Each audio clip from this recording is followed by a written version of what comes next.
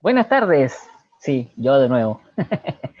Estamos en otro conversatorio acá en el Salón Internacional de la Historieta de Bio Bio.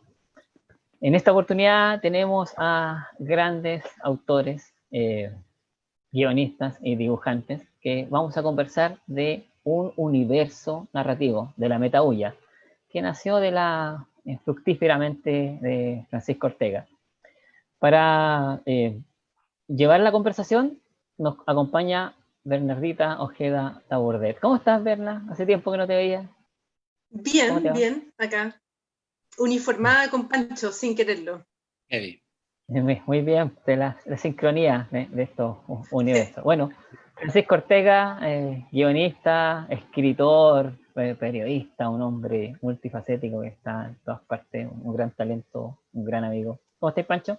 Bien, acá.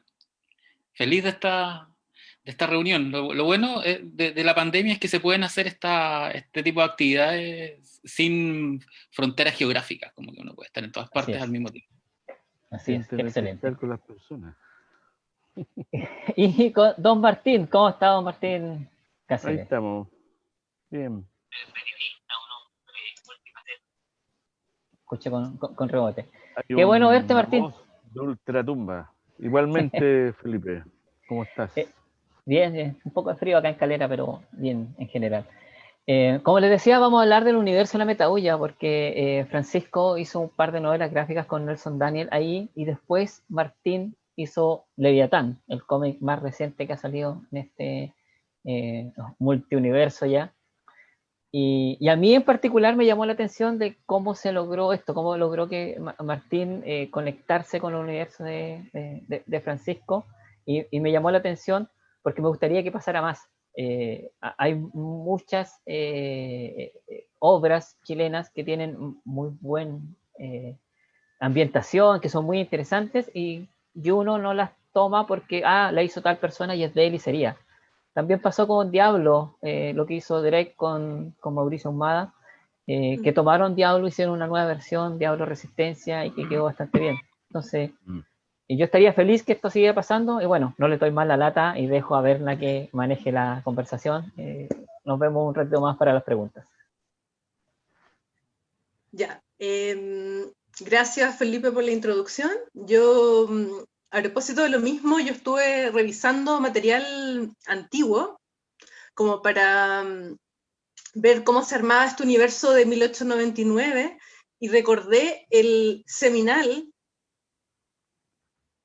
Chile, sí, que de hecho ya en el 2010 estaba como el germen un poco de esta idea de esta Ucronía Chile. De hecho ese libro justamente era eso, era este Chile como ucrónico, salió de ahí por ejemplo La sombra de fuego de Alberto Rojas.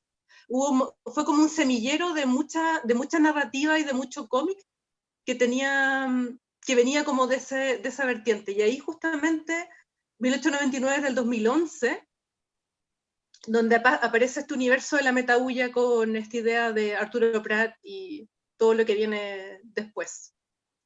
¿Cómo empezaron a armar eso? ¿Cómo se gestó? Mira, es bastante más antiguo. Yo tuve una aproximación al steampunk por esta novela, que es la Era del Diamante, de Neil Stephenson, que no es una novela propiamente steampunk, pero es una novela donde aparece un grupo que se llama los neovictorianos. Entonces, a partir de los neovictorianos y la Nueva Atlántida, y seguramente, Berna, tú leíste la novela, estoy seguro que la leíste. De hecho, y como que ahí comencé a interesarme en el steampunk, y siempre comencé a empezar a darme vueltas en la cabeza cómo sería una historia steampunk en Chile. Y luego leí una novela de Stephen Baxter que se llama Antihielo. El Antihielo. El Antihielo. Sí. Y en más o menos, esto fue el 2007, como un año después de que apareció Yggdrasil, nos invitan con Jorge Baradit a una antología que se llamaba Años Luz. No sé si Años Luz o la que viene. Años Luz, sí. Sí, Años Luz. No, Años Luz fue la primera, la segunda, la que era Alucinaciones TXT. Alucinaciones TXT. Sí. En las dos estoy yo.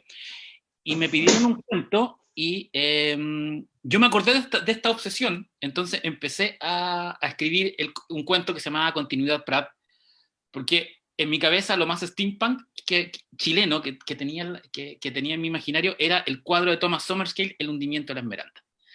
Y que además yo le había hecho un comentario a Carlos Eulefi, y el Carlos Eulefi había hecho una viñeta. Sí. Entonces, que era básicamente, tomó el cuadro de Summerscale y le puso como un cepelín encima. El problema es que ese cuento, que tenía que ser máximo 10 páginas, terminó como un cuento de 40 páginas. Entonces, yo publiqué otro cuento en Alucinaciones TXT, y este cuento, Continuidad Prat, lo empecé a publicar primero en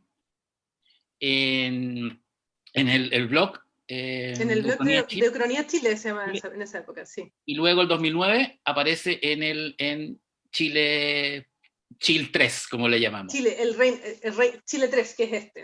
Y ese mismo año me llama, fíjate, Marcos Rauch, porque él quería hacer cómic en Mítica con escritores, no solo guionistas de cómic. Entonces llama a Jorge, llama a Roberto Ampuero y me llama a mí para proponernos historias. Entonces, ahí creo que Jorge iba a hacer Policía del Karma, Roberto Ampuero iba a hacer otra historia, y yo le vendí Continuidad Prat, y Rauch me recomienda a un dibujante que se llama Michel Ripetti, que hizo una primera versión del libro, pero finalmente nunca, no es que no hayamos congeniado, como que eran sensibilidades muy distintas. Y yo había trabajado con Nelson Daniel en una película que se llama La hormiga asesina. Él hizo un cortometraje, hizo el storyboard. Y Nelson quería hacer cómic. Y yo le cuento, y Nelson dice, ya, pero yo, y yo le presento a Marco, a Nelson, se hacen muy buenos amigos. Después las cosas no terminaron muy bien, pero bueno, esa es otra historia. Esas son realidades paralelas del cómic. Como el otro Chile, otra Ucronía ahí. Y comenzamos a trabajar con Nelson. Y la primera versión era color. Existen, por lo menos, todo el combate naval de Iquique, hay una versión a color, está guardada por ahí. Y claro, para publicar 1899, Marco confiaba en que se iba a sacar que iba a ganarse un fondo del libro, junto a publicar además Policía del Karma y otra cosa. Y tuvo un lío por algo ocurrido el año anterior y no se ganó el fondo, entonces dijo, ¿sabéis que yo no puedo publicar este libro? Y entre medio, Sergio Gómez, que estaba en Norma, quería hacer cómic. Y él me había preguntado hartas veces, ¿y me lo vaya a publicar por qué no lo publicamos en Norma, una editorial más grande? Y yo le decía, pucha, tengo un trato de palabra con Marco, y Compromiso, claro. los tratos de palabra igual son importantes. Entonces justo ocurre que Marco se baja y dice, no puedo, son todos libres, y hablo con Sergio, y Sergio dijo, ya, vengan para acá, y me dijo, y además quiero hacer Mochadik, porque él había visto Mochadik, Claro. una versión de 12 páginas en la revista Blanco Experimental, que había salido como el 2010, una cuestión muy chica, y ahí firmamos contrato con Norma el mismo día, para Mochadik y para 1899, que tenían que salir los dos al 2011, pero finalmente Gonzalo se atrasó y salió ¿cómo se llama? En 1899 antes. con Norma, y como le fue súper bien, Sergio dijo, hagamos al tiro la segunda parte. Pero ahí entre que Norma se fue de Chile y Nelson se convirtió en una superestrella del cómic mundial, se lo llevaron de IDW, y Norma todo se atrasó. ¿Sabes Claro. que se atrasó tanto que nunca lo hemos contado con Martín, pero hubo posibilidad de que Martín hiciera 1959. Martín hizo las una primicia en este momento. Hizo una versión de las primeras páginas de 1959, pero después Nelson me dijo, ¿sabes qué? Yo lo quiero hacer, y bueno, Nelson es el coautor del libro, así que no era... Pero entonces podemos decir que ya desde esa época Martín estaba interesado en el universo de la metahuya, pues ya estabas como... Martín hizo unos, en la versión de Norma, donde hay fan art... Tiene como unos pin-ups, ¿no? Sí, unos pin-up, donde hay cosas de Demetrio Babul, de Pablo Santander, de Gonzalo, del Caequín. Hay una ilustración que ya es un prólogo. Yo siento que esta ilustración del blindado blanco con un kraken es de alguna manera el antecedente de Leviatán. Sí, pues. Martín, ¿y qué fue lo que te llamó la atención? O sea, me imagino que lo que conversamos en el lanzamiento de Leviatán, que era como todas las obsesiones juntas, como historia de Chile, armas, uniformes, un montón de cosas ahí como confluyendo. ¿Cómo fue esta relación con el universo de la metahuya de Pancho y de Nelson? Mira, yo retomando un poco lo que comentaba Pancho del blog de Ucronías Chile, que es como del 2009, 2008, por ahí, si mal no recuerdo. Un día yo estaba haciendo el Carmen Jorge Barret, y me dicen, mira, tengo un cuento que me mandó Pancho y lo leí y léelo tú. Yo debo haber sido la segunda persona, al parecer, porque ahí alguien leyó antes, que leyó un cuentito que trataba de un barco que se llamaba El Paso que volaba. Y aparecía la metahuya. Y yo hice, a partir de eso, hice unos dibujos y unas ilustraciones del barco. Y después, cuando sale 1899, yo la leí y bueno, pasan muchas cosas. Y como pasan tantas cosas, hay muchas cosas obviamente que están como con un desarrollo ahí medio embrionario, y yo me fijé en esa parte de Arturo Prat cuando llega a las montañas de Alta. Esto es una historia en sí misma, se puede hacer. Y yo le empecé a dar vuelta y empecé a hacer un poco, primero, como suele suceder, yo empecé a hacer una historieta yo les llamo ejercicio. Yo siempre hago mucho, yo tengo una cantidad enorme de trabajo que para mí son gimnasias, son ejercicios, que no tienen ningún otro fin. Y empecé a hacer esto y empecé a hacer páginas y me empecé a dar cuenta que eso podía resultar y se podía convertir en algo más concreto. Y me empecé a fijar en el guión, qué sé yo, y hablé con Pancho y le dije si no había ningún problema en que yo hiciera esa parte y si no había ningún problema de tipo legal, por ejemplo, también por el tema de los derechos y qué sé yo. Y Pancho obviamente me dijo, ningún problema, hazlo, y yo empecé a hacer esta historia que no es obviamente la continuación de 1899, sino que es como el spin-off o esta historia extraída de ese capítulo. Y yo me tomé todas las libertades del mundo, o sea, no son ni los personajes ni es el universo de 1899, es otra cosa, pero yo me tiré a Metahuya y dije, bueno. Hay como un enlace ahí entre el personaje de Luis Uribe, como que cruza entre 1899 y Leviatán. Es como una especie de... Es un nexo, sí. Es un nexo, sí. Claro. Bueno, y nosotros con Nelson le cambiamos el final a 1959 porque en el fondo como que dejar abierta la posibilidad de que lo que provoca la Metahuya no es un universo paralelo, sino son muchas versiones de los mismos hechos. Entonces, por eso tiene ese final tan extraño donde aparecen, o sea, voy a contar el spoiler, pero da lo mismo porque lo importante en la obra no es el final, sino el desarrollo. A mí me gusta el camino más que el final. Algunos lectores se enojan, pero bueno, hay la viñeta final, que no voy a contar qué es lo que sale. No, siléncienlo.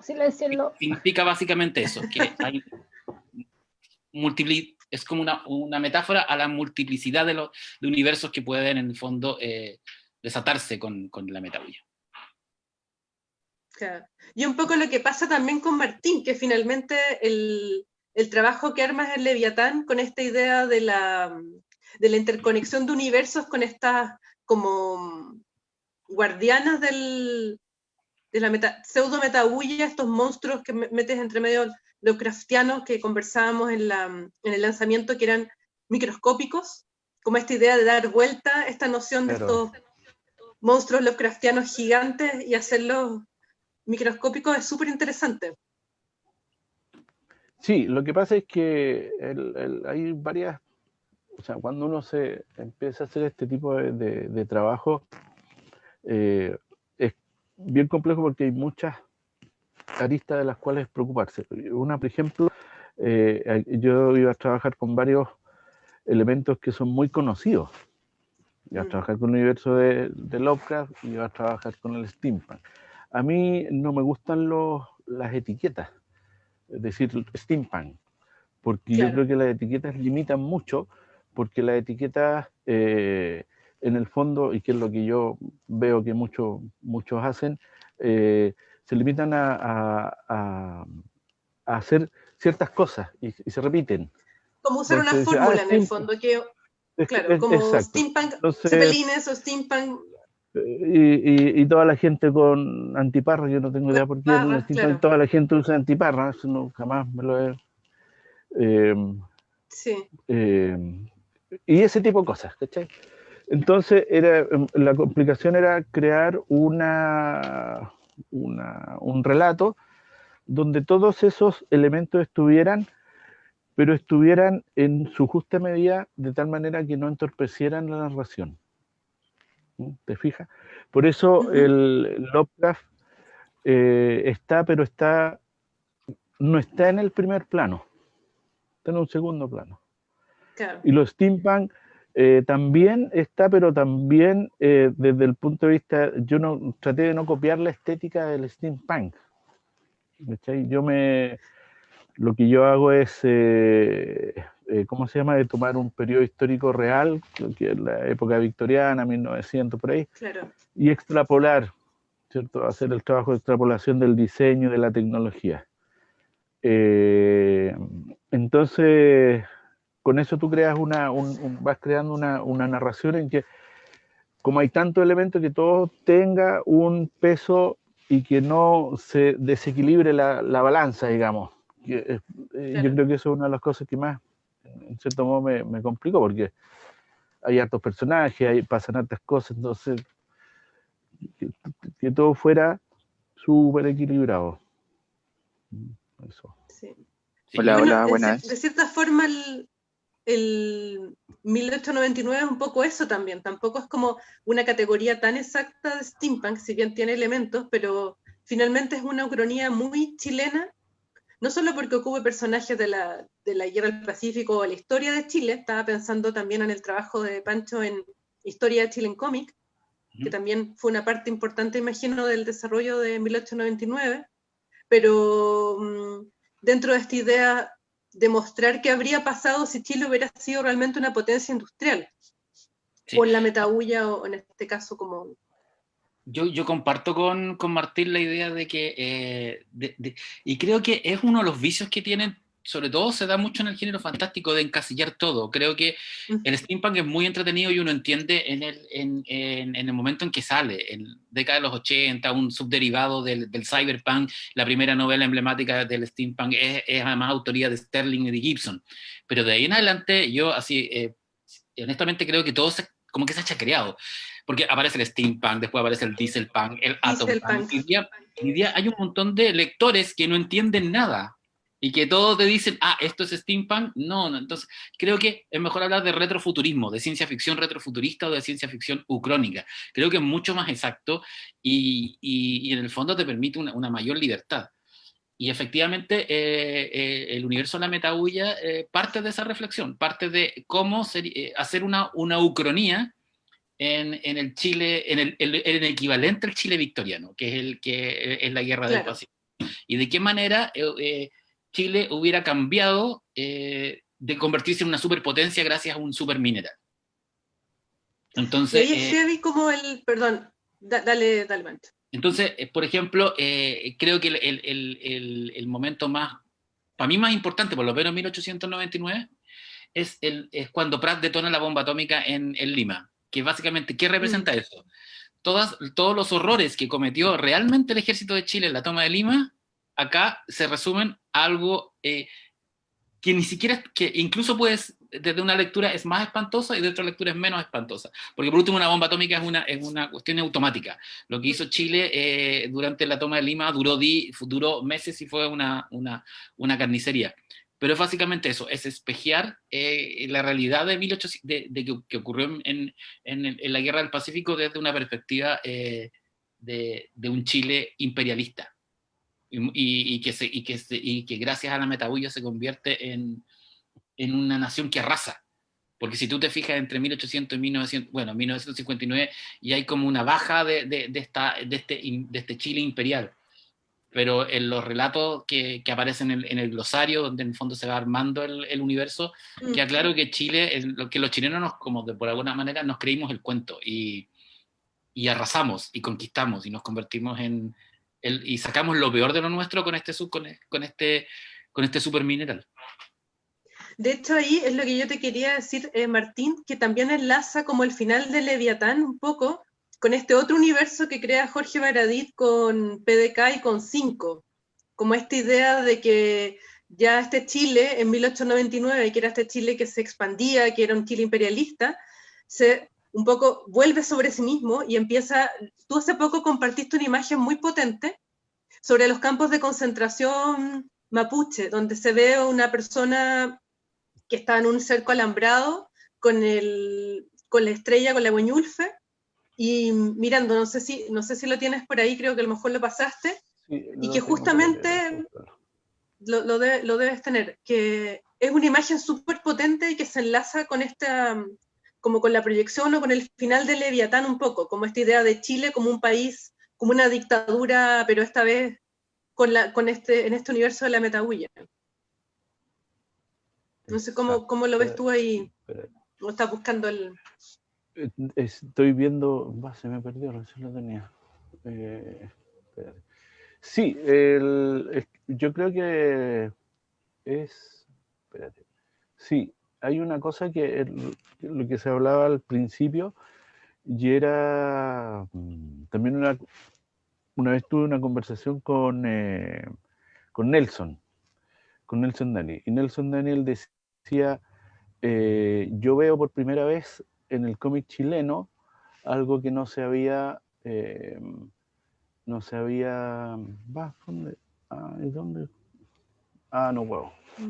No, yo no Ya. puedo, es que no puedo compartir No sé quién pantalla. puede compartir pantalla, pero si Estoy encuentra la con el imagen de teléfono. Martín de... Dame un Está en segundo, el Martín. Twitter. En el Twitter la Sí, tengo. Ahí está. Y Nelson me decía que él veía algo que nunca había pasado en el cómic chileno, que era que autores se estaban empezando a citar entre sí. claro. Y estaban empezando a hacer alusiones de no solo de la literatura hacia el cómic, sino que del cómic en sí. Lo que estaba haciendo yo con Leviatán, y qué sé yo. Y que eso le llamaba mucho la atención. Yo creo que hay una enorme, y que yo no sé si ha pasado antes, parece que no ha pasado nunca. Yo creo que, tal como decía Felipe al principio, hay un campo ahí bastante fértil para empezar a crear un relato escrito por muchas personas, ¿cierto? Un relato en el que van contribuyendo muchas personas, ¿cierto? Una especie de relato universal que está escrito, ¿cierto? O mucha gente diferente esté aportando a un tronco común y que se pueden hacer y que se puede hacer de naturaleza muy diferente. Puede ser de ciencia ficción o de cualquier género, no necesariamente. Lamentablemente yo no creo que sea una cosa que tenga que ser exclusivamente steampunk, por ejemplo. ¿Te fijas? Así que eso es un fenómeno bien interesante que a mí me ha llamado mucho la atención. Quizás ahí podemos pensar como el universo de Mortis, como otro universo que se escribe en sí mismo, que se ha continuado, sumando historietistas o gente que está contribuyendo al universo que creó Juan Marino. Y en este caso, por ejemplo, tú en Leviatán citas a Mortis. De hecho, Mortis aparece, o aparece Sí. uno de los alias de Sí. Tis Morgan. Sí. Como que ahí también es interesante esa como por así decirlo, como colonización o una especie como de idea que queda impregnada en otra idea y va fertilizando los otros universos. Sí, o sea, claro, yo creo que el tema es que también uno trabaja con las influencias y esa influencia uno trata en cierta forma de homenajearla en el trabajo, ¿cierto? Y claro, para mí Morty es un personaje súper importante, para mí, digamos. Entonces por eso lo puse ahí. ¿Te fijas? Es como trabajar en una especie como de palimpsesto, que uno va trabajando y a lo mejor va a llegar alguien después, va a borrar y va a volver a trabajar, pero siempre va a estar esa capa, ese sustrato que hay hacia abajo y hacia quién sabe hasta cuándo. Me gusta pensar en esa idea de que hay una obra que se construye entre todos. No es una obra necesariamente así personal. Una pequeña interrupción. De hecho, Martín estuvo presente en las primeras atisbos de Sí, Morty. de Él Morty, diseñó la claro. cúpula. Sí. Sí, yo, claro, esto fue hace muchos años. Uf, no me acuerdo. Porque Miguel Ferrada había empezado el proyecto y lo había empezado con Gabriel Rodríguez. Y a Gabriel le pasó lo mismo que le pasó a Nelson, que empezó a trabajar para afuera y ya se olvidó de trabajar para acá a Chile. Y Miguel Ferrada puso un aviso, me acuerdo, y yo le mandé cosas y me dijo, ya, juntémonos, y ahí empezamos a trabajar y yo hice varias páginas, hartas páginas. Después, por X razón, empezó a pasar el tiempo y yo me empecé a dedicar a otras cosas y tiempo después lo tomó Ítalo Ahumada, ese proyecto, sí, claro. Bueno, de hecho, igual tú participaste en el tercer libro de Mortis. Sí, yo participé en el Contribuiste ahí tercer. con material. O sea, finalmente vemos que el corpus se va como uniendo y van juntando y juntando piezas sobre esta... Sí, así es que a mí me gusta esa cosa de poder contribuir a armar una suerte de universo, no sé, un universo cohesionado del cómic chileno, no sé si será eso, pero que se dé, por ejemplo, en la historia de Chile Comic. En la historia de Chile Comic hubo los capítulos que guionizó Sebastián Castro, que eran los de la Araucanía. Fue un chiste. Cuando la asesora histórica nos dice, ustedes sabían que Galvarino, después de que quedó con los Muñones, se puso los cuchillos amarrados a los Muñones, y Seba dijo, es como Galvarín, y después aparece Galvarino y todo lo que está haciendo con Guardianes del Sur. Que, o sea, no es un spin-off ni una segunda parte, pero ese comentario que hace Sebastián Castro al hacer termina convertido en otro producto. Y ahora, yo hablé hace poco con se me fue el nombre. Bueno, cuando me vuelva, les cuento lo que tenía que contar. Se me fue el nombre, se me olvidó. Oye, le da como nos pasa la cuenta, mi amigo. Y lo tenía acá, lo tenía en la cabeza, decía, pero bueno. De ahí cuento lo que iba a contar, así que me acuerdo. Pero ahora lo importante es que, claro, uno se tiende a decir, está haciendo fanfiction, o sea no, fanservice. Y al menos lo que yo hago, tanto en 1899, 1959, y en Mochadik, o en Alex Nemo, no fue fan. Y lo conversamos con Nelson, con Gonzalo, e incluso con Félix ahora en Pinochet. No es fanservice, es homenaje a lo que a nosotros nos conmueve. Que los personajes de Mochadik remitan a Mampato es por algo, que aparezca Martín Rivas, que aparezca Lovecraft, que aparezca Drácula en 1899, es porque tiene todo que ver con cuestiones y elementos artísticos e intelectuales que nos formaron y que nos hicieron crecer. Entonces hay que es armar una suerte de exponer y poner en evidencia nuestras influencias. Es bonito porque al final podríamos decir que es como la versión en cómic de la apreciación cultural. O sea, finalmente estamos todos o están casi todos trabajando en contando una historia que les interesa contar, pero además hablando de temas que son formativos. Estoy pensando incluso, por ejemplo, en el caso del Tren Marino de Daniel Villalobos, donde los personajes también pertenecen a un cierto universo que sería Mampato. Sí, pues. De hecho, aparecen, no literalmente, pero se ve. Entonces, es bonito como la intertextualidad en los diferentes universos de cómic, como que uno podría ir siguiendo la pista casi como dejar pequeñas miguitas de pan y uno seguir la pista de personaje. Estoy pensando, por ejemplo, en Leviatán, donde aparece desde Skorzeny, miembro de la SS, hasta Madame Blavatsky, hasta un montón de temas que son relevantes, que finalmente no son citas porque sí, sino que tienen un contexto y un argumento y se va desarrollando en base a lo que quiere contar, en este caso, Martín. Como un bonito homenaje, un homenaje, pero además un trabajo creativo a partir de eso. Sí, Martín, Martín. ¿puedes probar compartir pantalla, Martín, por favor? Es que yo tengo, mira, yo no tengo cámara. Estoy con el teléfono y con el PC. Perfecto, voy a hacer una problema. faramaya aquí, así que por eso. Sí, como yo en el lanzamiento creo que habíamos hablado de eso. El tema es que, claro, uno en un principio puede poner muchas cosas, ¿cierto? A uno le gustaría poner millones de cosas, pero claro, hay que buscar una coherencia y que los personajes sean elegidos por alguna razón que tienen que ver con el tema narrativo, ¿cierto? Sí. Por su época, por sus características, ¿cierto? Que a lo mejor no van a calzar cronológicamente exactamente con el personaje real, pero sí caen dentro de, digamos.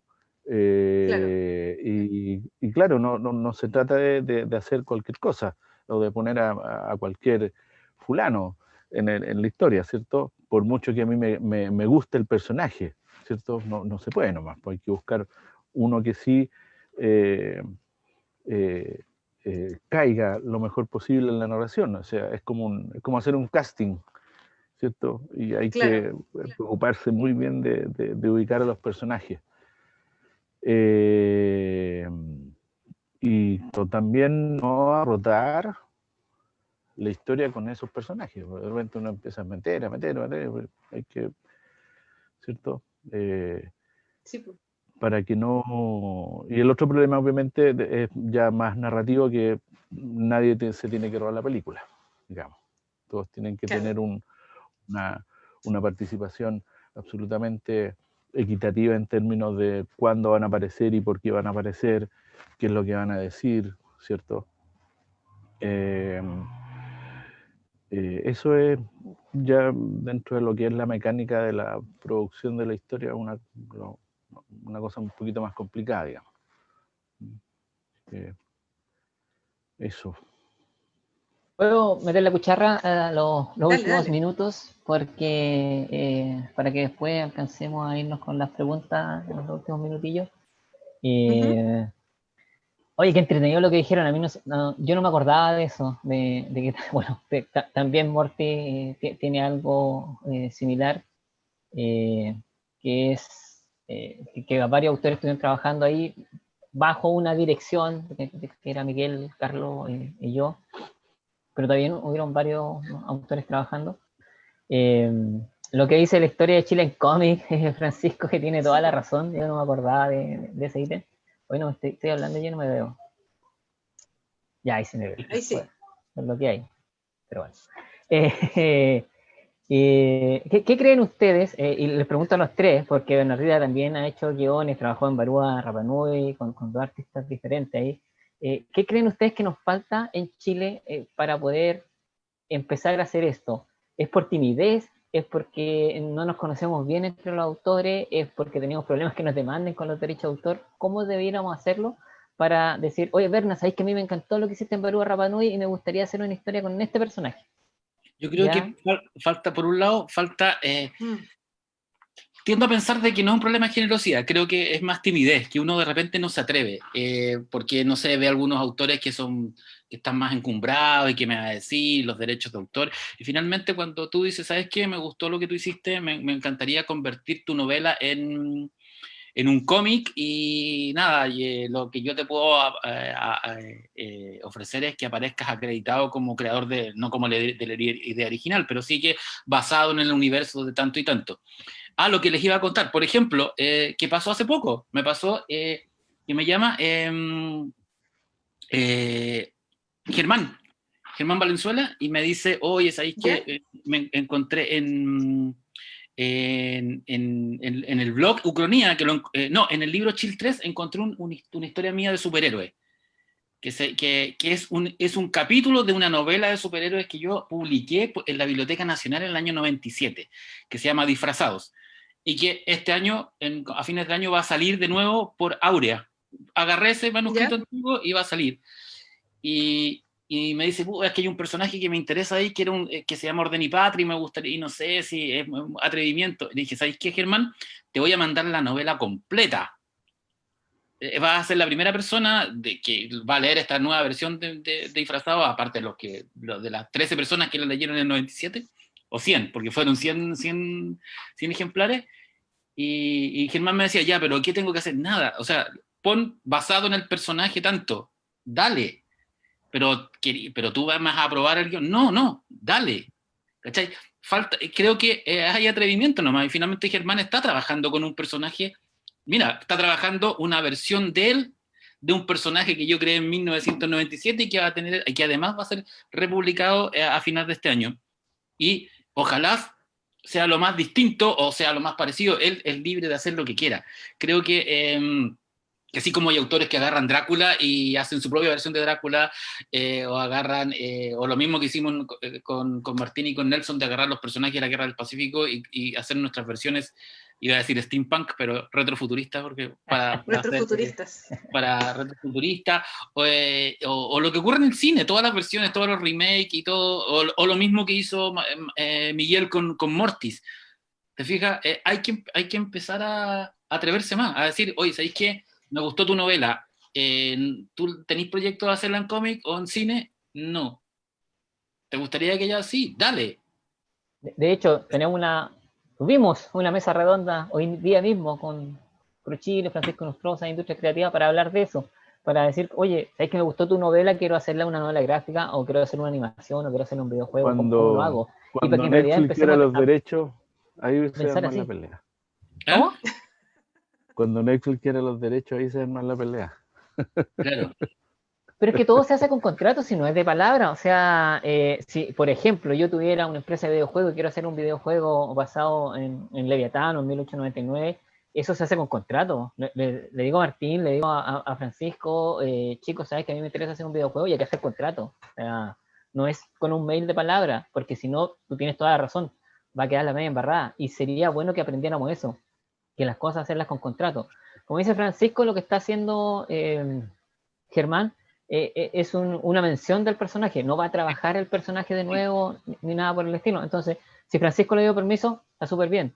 Ahora, si Germán quisiera hacer una película del personaje, ahí Francisco tiene que hablar con él, hacer un contrato donde Francisco le cede los derechos por cierta cantidad de porcentaje de Pero bla, ¿sabes bla, qué? bla, bla. Si Germán incluso quisiera hacer una historia completa del personaje, No habría problema. no habría problema.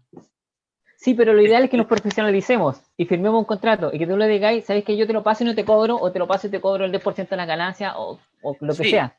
sí, Pero lo ideal es firmar un contrato. Sí. pero también aparte de que es muy necesario, también hay que empezar a tener confianza, ¿cachai? Y empezar a colaborar entre nosotros. No, no somos islas, ¿cachai?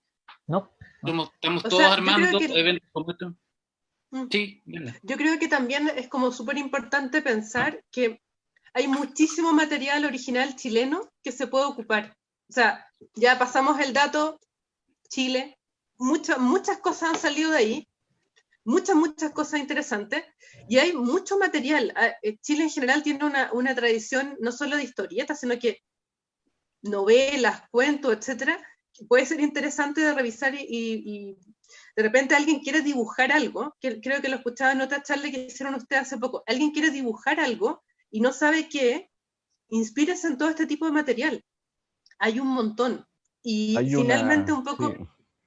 Perdón, Martín, dale. No, dale. No, y en el No. fondo el tema de citar, porque finalmente un poco lo que me pasa a mí es que siento que hay mucha información que tenemos y que vamos descubriendo, por ejemplo, no sé, leo este cómic y este cómic leo después y dice, está basado en un cuento de Chile 3. Voy al cuento de Chile 3, este cuento está inspirado en la novela y ahí voy y así se van armando estos como círculos virtuosos en los cuales todo referencia a algo y todo va enriqueciendo el universo anterior, el universo inicial, haciendo esta especie de multiverso, un poco lo que pasó con 1899, con Leviatán. Incluso pienso que dentro de ese mismo multiverso está 5, está PDK, y se va. Está nuestro inédito vuelo de dragones, que algún día lo vamos a retomar Claro. con Martín cuando termine 5. Sí. Y hay un montón de cosas que van ahí armándose, que son súper interesantes todas. Así que la gente, o sea, como si alguien quiere dibujar, agarre algún cuento, empieza a ver qué es lo que le interesa. Sí, yo creo que, retomando esa idea, yo creo que el blog de Ucronía Chile, cuando existía, fue una cosa bien, fue un fenómeno, muy loco, porque era abierto para todos y cada persona escribía lo que quisiera, pero se llamaba Ucronía Chile y por lo tanto el tema era Chile. Y de ahí para allá era libertad absoluta. Y hay de todo. Desgraciadamente ese blog se perdió, no sé qué pasó. Yo escribí cualquier cantidad de cosas en ese blog. De hecho, en ese libro hay hartos relatos míos Y hay uno que sale Mortis, por ejemplo. Y claro, ahí hay una semilla, digamos, y yo creo que esa es una semilla que dio paso a lo que es hoy día Leviatán, a lo que es 1899. Hay muchas cosas que vienen de ahí. Hay una nueva, un nuevo intento de tener una nueva mirada sobre la historia y sobre lo que es Chile. No necesariamente cuando hablamos de estos temas tiene que ser la historia de Chile, tomar a personajes de la historia, pueden ser temas actuales, ¿cierto? Que también los había en este libro de los relatos extraídos de ese blog. Así que yo creo que ahí hay como un cuerpo de temático, de relatos que se alimenta de muchísimas cosas. En ese sentido, ese blog era fantástico. Sí.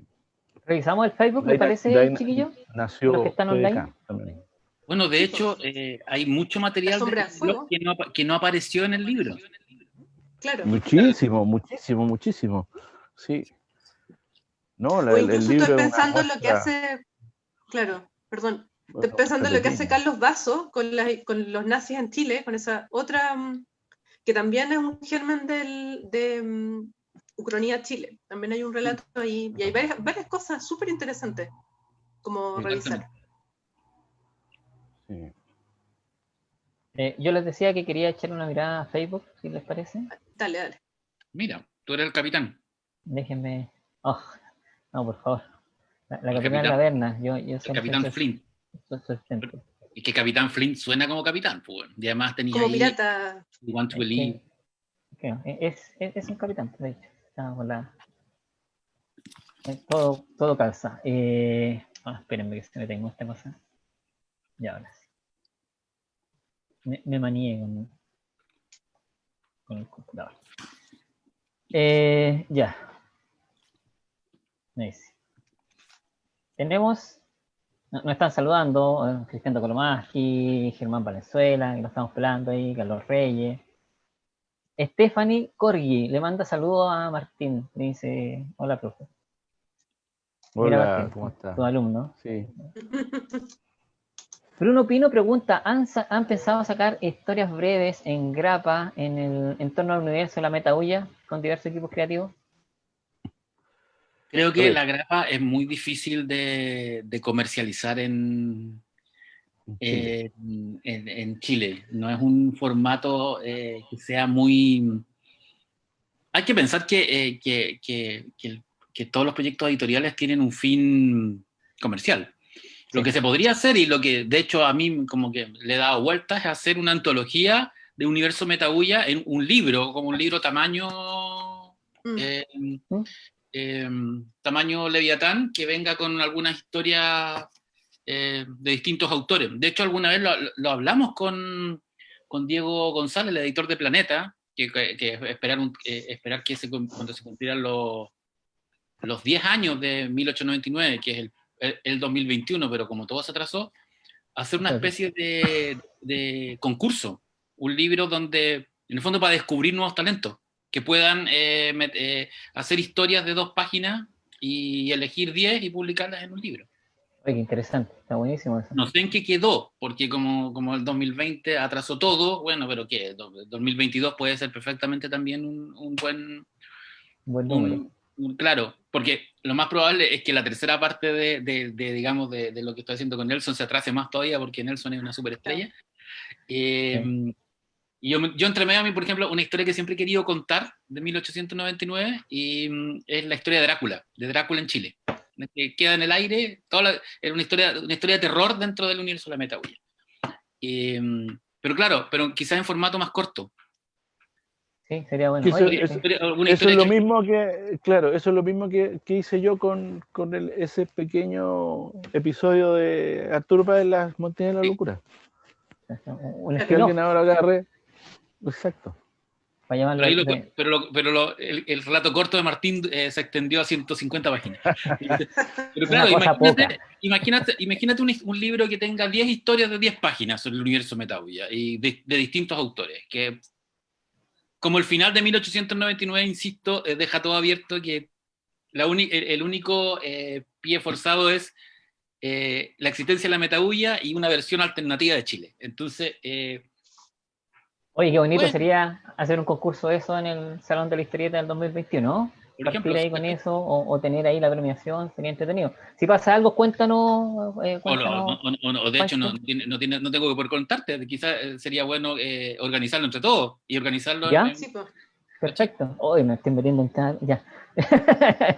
Ningún problema. Continúo con Facebook, para que no se nos quede el tiempo. Gonzalo Martínez dice que la etiqueta limita mucho. Grande Martín.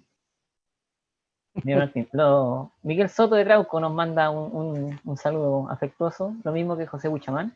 Oye, ¿y Gonzalo Martínez solo dijo eso? ¿La persona más buena para hablar de Chile solo dijo eso? Es que tiene una charla ahora.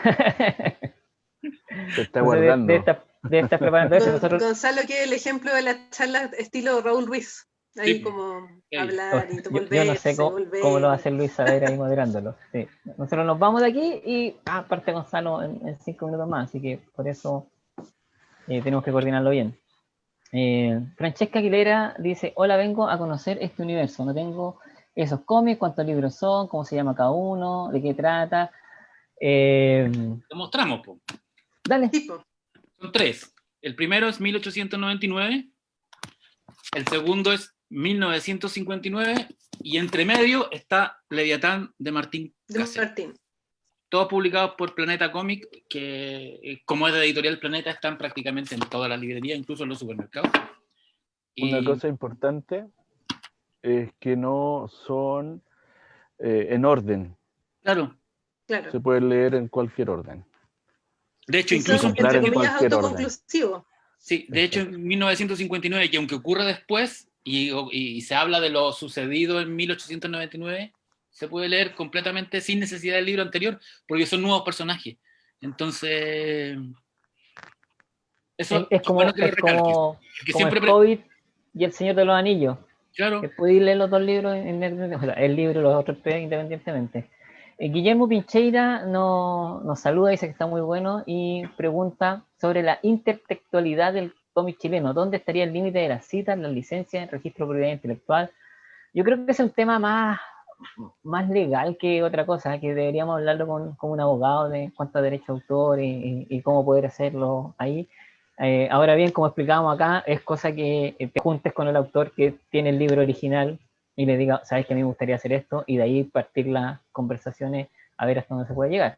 Sí, pero también hay que recalcar que son dos cosas distintas. O sea, una adaptación o tomar un personaje implica contrato, implica toda la cuestión legal, pero la intertextualidad se puede hacer básicamente citando al autor. Si no fuera, o sea, la mayoría de las obras literarias de todos los géneros tienen intertextualidad. Entonces, como tú puedes citar, puedes poner incluso una viñeta de una aparición del Dr. Mortis en un cómic. Y si quieres, acreditas abajo personaje, bla, bla, bla, creado por Juan Marino, o si quieres, no. Pero en el fondo o sea, a mí me gusta acreditar por una cuestión, sobre todo con los autores contemporáneos. Y así fomentamos. No, porque es más universal, o Condorito, no, todo el mundo lo conoce, pero si tú vas a poner pones, no sé, pues ¿cómo se llama el personaje que hace Gonzalo, el estudiante, el Quique H.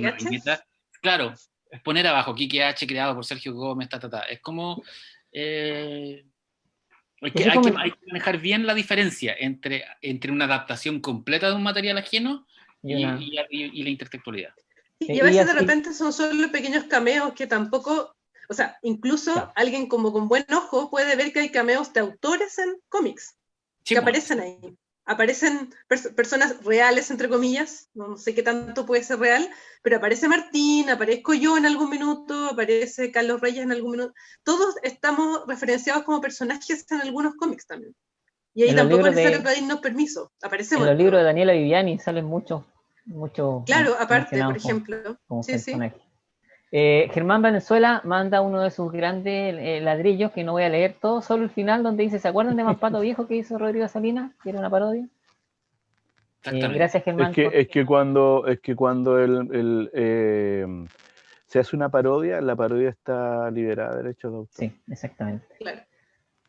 Miguel Soto pregunta sobre liberar el material a uso gratuito. Yo creo que ahí ya va en cada autor si quiere liberar su material para que el resto Es lo que pueda usar eso gratuitamente. queda es que eso depende también de las editoriales, porque hay contratos vigentes. Sí. No Claro, depende de uno. En el caso Claro. de Leviatán y en el caso los derechos están cedidos a Editorial Planeta por 5 años, entonces no es llegar Sí, es cierto. liberar. Claro. Ademir Ríos dice si creen que hay que dejar de usar la palabra distopía en la ficción o el cómic. Oye, no te metas ahí, Ademir. Ese es para todo un panel. Pero es que si la palabra significa Sí, algo, ¿por qué no la vamos a ocupar? Pues si es el Sí. lenguaje. Si no Sí. usamos distopía, ¿qué usamos? O sea, lo No, y importante además es que que no distopía todo es perfecto porque distopía. permite, claro, Sí, no po. todo es distopía, pero ya distopía te permite saber a qué te estás refiriendo, como decir ucronía, ya. Sabemos Pues de qué es que estamos hablando. es el lenguaje. O sea, no ocupemos más la palabra lunes. Oye, ¿Y qué sería ocupamos maravilloso entonces? que desapareciera el Pero lunes. ¿qué Sería domingo ocupamos 1 y 2. entonces? Po? O sea, Sí, no te entiendo ocupemos la perfectamente. palabra distopía, ocupemos sexto. Pero es el lenguaje, pues, o sea, nos Toda la razón. comunicamos. Félix Sí. Vega nos manda un abrazo grande. Gracias, Félix, que también va a estar por acá hablando de Félix. Mampato y de su padre. Félix, como le dicen Oscar Vega. el CC. Félix. Félix Y Felicis. Félix Felicis en este caso. Francesca Andrea nos manda un gran abrazo, admiración a Francisco, uno de mis guionistas favoritos. Bueno, Berna y chicos, ha sido una muy interesante conversación. Lamentablemente tenemos muy poquito tiempo porque tenemos muchas cosas que hacer. Se lo agradezco mucho, de verdad. O sea, yo cuando dije, ¿quién puede moderar esta charla? Y con Francisco y nosotros dijimos, pero la Berna. Fue como, ojalá que pueda, y pudo. Así que maravilloso. Gracias, Berna. Gracias, Martín, por estar con nosotros. Sé que Martín es un autor más retraído, que le gusta estar trabajando y no frente a las cámaras. Y gracias, Pancho, que es un hombre hiper ocupado. Pero gracias por darte este tiempo. Y bueno, los vemos en algún otro panel más adelante en el Salón de la Historieta 2021. Un gran abrazo para ustedes tres, para toda la gente que nos está viendo online. Y ahora viene Gonzalo Martínez, Alan Robinson y Bill Gerard de BRM hablando de cómo es hacer cómics con chilenos en Nueva Zelanda. Así que lo esperamos en esa charla en el otro canal. Nos vemos. Muchas gracias a todos. Que estén muy bien.